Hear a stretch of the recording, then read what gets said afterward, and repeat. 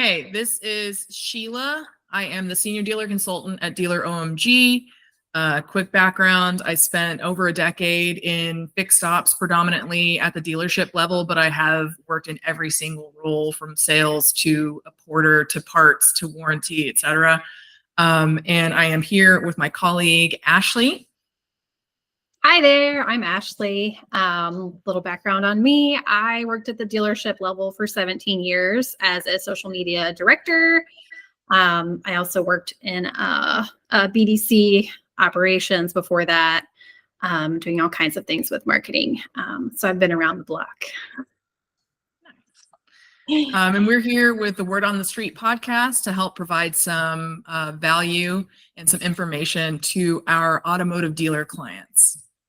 Okay, so I'm going to introduce myself. My name is Sheila. I am a senior dealer consultant at Dealer OMG, and my job is to help dealers across the country with everything from operations to marketing to consulting on various aspects of their business. And we have started kind of micro interviews with veterans of the industry to talk to them about tips that they can offer for people, especially people that may not have been in the industry prior to 2020, because things have changed quite a bit in the past 4 years. And this year is especially kind of taken a turn and looks a little bit different. So that's the podcast. That's myself. I'm now going to introduce Scott Skougard. I am not going to preface with his very, very impressive resume. I'm going to let him introduce himself, but some tips that I hope that we can touch on is over 20 years of automotive experience. He was an Army veteran. He does web development. He's a coder. He's very familiar with IT, marketing, ISM, etc. So with that, I'm going to kick it over to Scott and do a little introduction of yourself and we can get started. Hi, my name is Scott. Boy, I don't know where to start. I don't worry too much about titles. I just like to jump into the scenario and be a problem solver. I think that's my favorite handle. And yes, I've done coding, I've done broadcasting, I've done all kinds of different tasks along the way to help solve problems.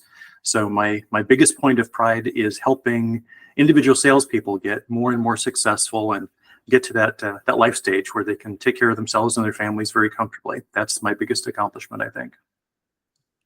That's pretty critical in this space and really kind of the audience that we're talking to here. I'm trying to help kind of walk people through some challenges. One of the things that me and you were talking about during a meeting last week was obviously it's on the top of everyone's mind, the CDK cyber attack. And I know that you have really, really deep experience with IT. Let's start there. Can you give us any tips for cybersecurity health of your dealership, software tips or tricks for our dealers that might not be as experienced? I think as a general starting point when it comes to all things IT, I very much have a preference for not being part of the herd. So programs, systems, software platforms that are used by the bulk automatically become the target of hackers. So I very much like to use those outrigger sort of platforms that are independent from that crush. And I think that is quite possibly a big part of why we've been able to avoid the attack modes from CDK and similar problems that we've seen recently, is because we don't rely on those big software platforms that become targets of the bad guys. I think a lot of people are kind of learning that lesson the hard way right now, for sure. I also know that you have really tight procedures and protocols at your dealerships. Do you have a fire drill or kind of regular auditing process that you put your staff through to kind of educate them around cybersecurity and safety? Sure. We, of course, partner with teams that are external to us to do checks of our systems and poke and prod our platforms to make sure that they're as fireproof as we can make them. And we also have, I can't speak today, we also have monthly drills where we walk through different scenarios and identify who's going to do what in the worst case scenario. And we practice and discuss and evaluate where we are in those different stages and cross-train so that people can hop in. So for example, if I'm on vacation, the business still continues and we have people who can hop in and push those buttons and pull those levers and make sure the doors stay open. So yes, it's an ongoing program. It's not just a set it and forget it, once and done kind of formula. And I think beyond that, in addition to looking at these projects internally, we've made a choice to employ people outside of our company. I think there tends to be a sense of being blindsided within our own walls, within our own confines, and you get fresh eyes to examine your entire scenario, your platform, and make sure that it's as solid as you hope it is. And every once in a while, they find a little chink in the armor and you can patch it before it becomes a problem. I know with your background, I did some digging earlier and I saw that you participated in hackathons with your IT background. Do you find it kind of hard to lean into agencies and not try to also wear that hat yourself? Because I know that your experience spans a lot of different skill sets. Do you kind of have to reel yourself in and like, no, well, let's go? It becomes a process of letting go of some of that ego issue. Hacking and security has grown into its own entity, and my bandwidth, I have to respect my own limits.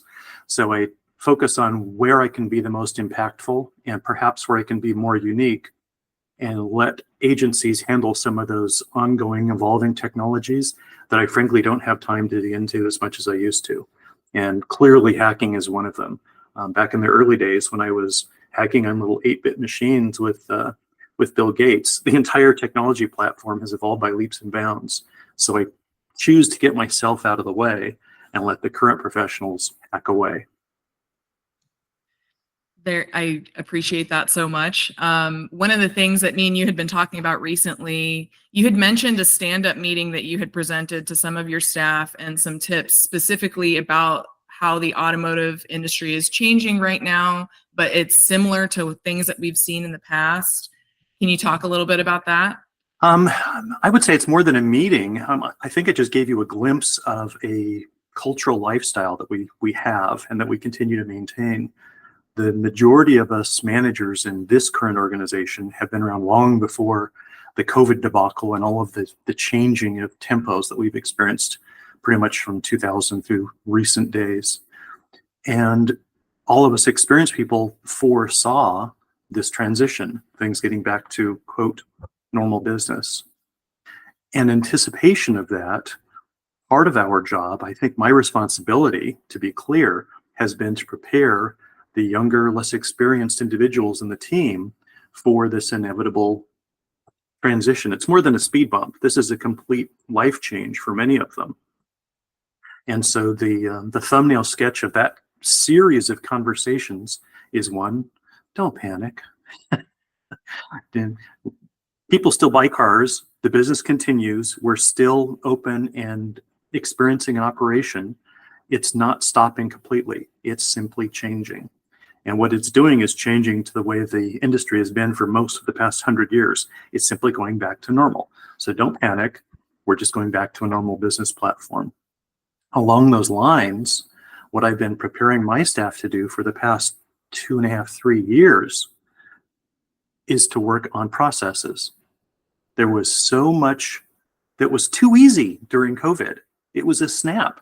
You basically get hold up a handwritten sign that says, I have a car, and someone would buy it. And now we need to get back to the same processes that the industry has known for about 100 years.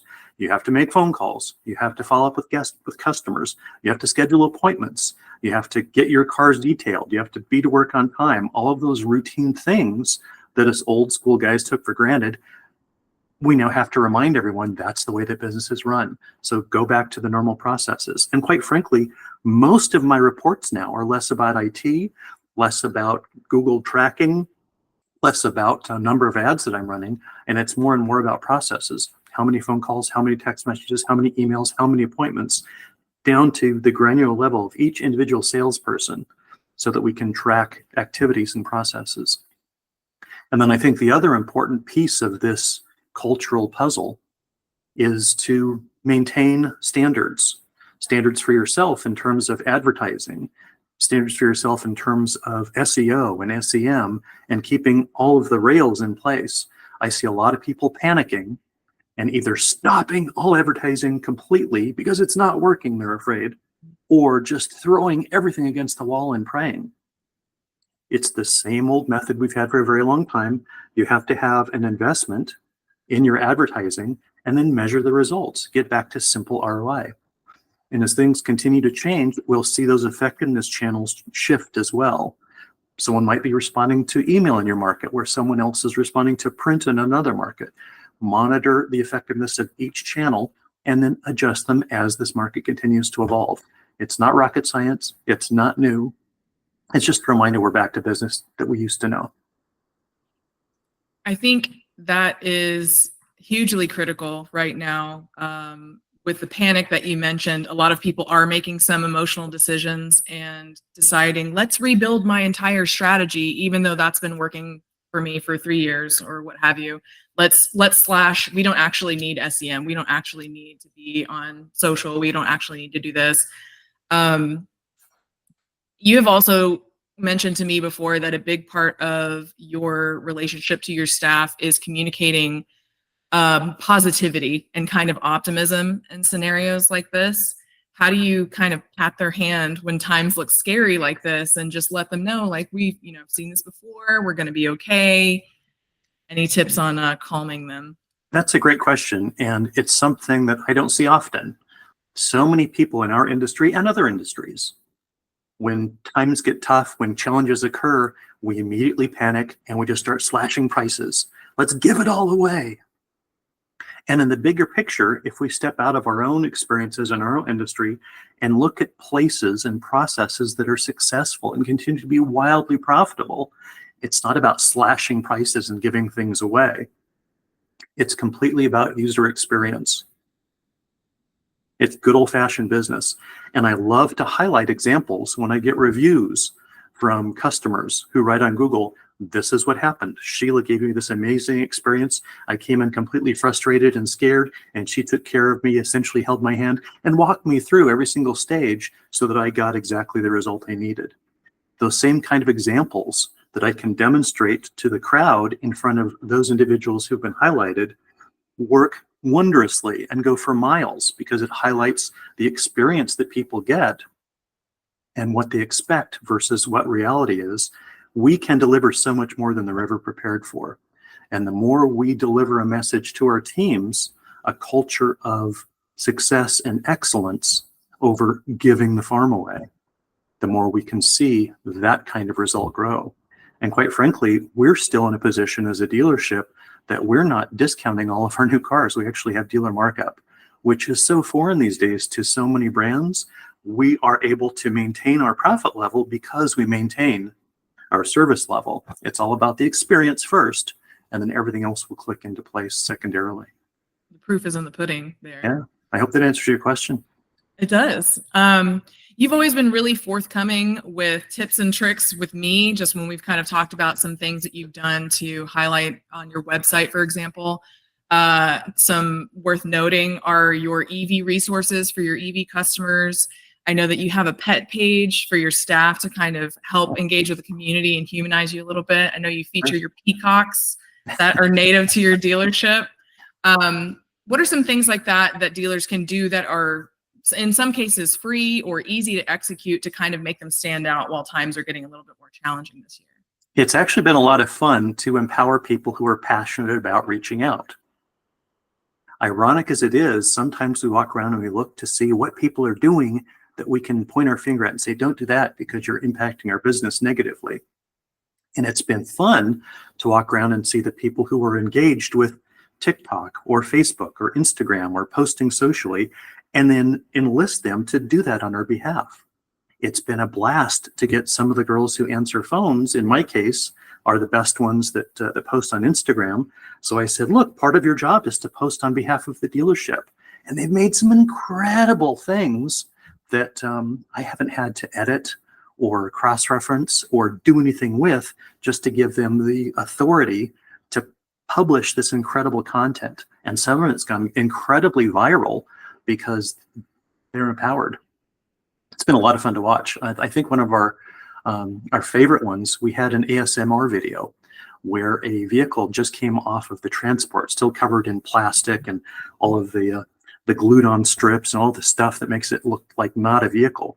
And so they took a microphone and put it next to the vehicle and slowly unwrapped it. And you hear the static electricity as the plastic peeled off, and they tapped their fingernails across the dashboard and attached all of the wheel covers, and it went crazy. People called us from around the country asking about that particular video. So that's just an example of letting people share their viewpoints, make it bigger than just me. That's awesome. What's y'all's Instagram? Do you have it handy? I think it's just Instagram.com/RosevilleKia. Okay. I'll link it in the show notes for sure. I definitely want to check that out. One of the things that we pride ourselves on is kind of repurposing content. We know that a lot of people have diverse platforms. They're showing on a lot of different, like social media, Instagram, Facebook, for example, organic. Some people are on TV, OTT.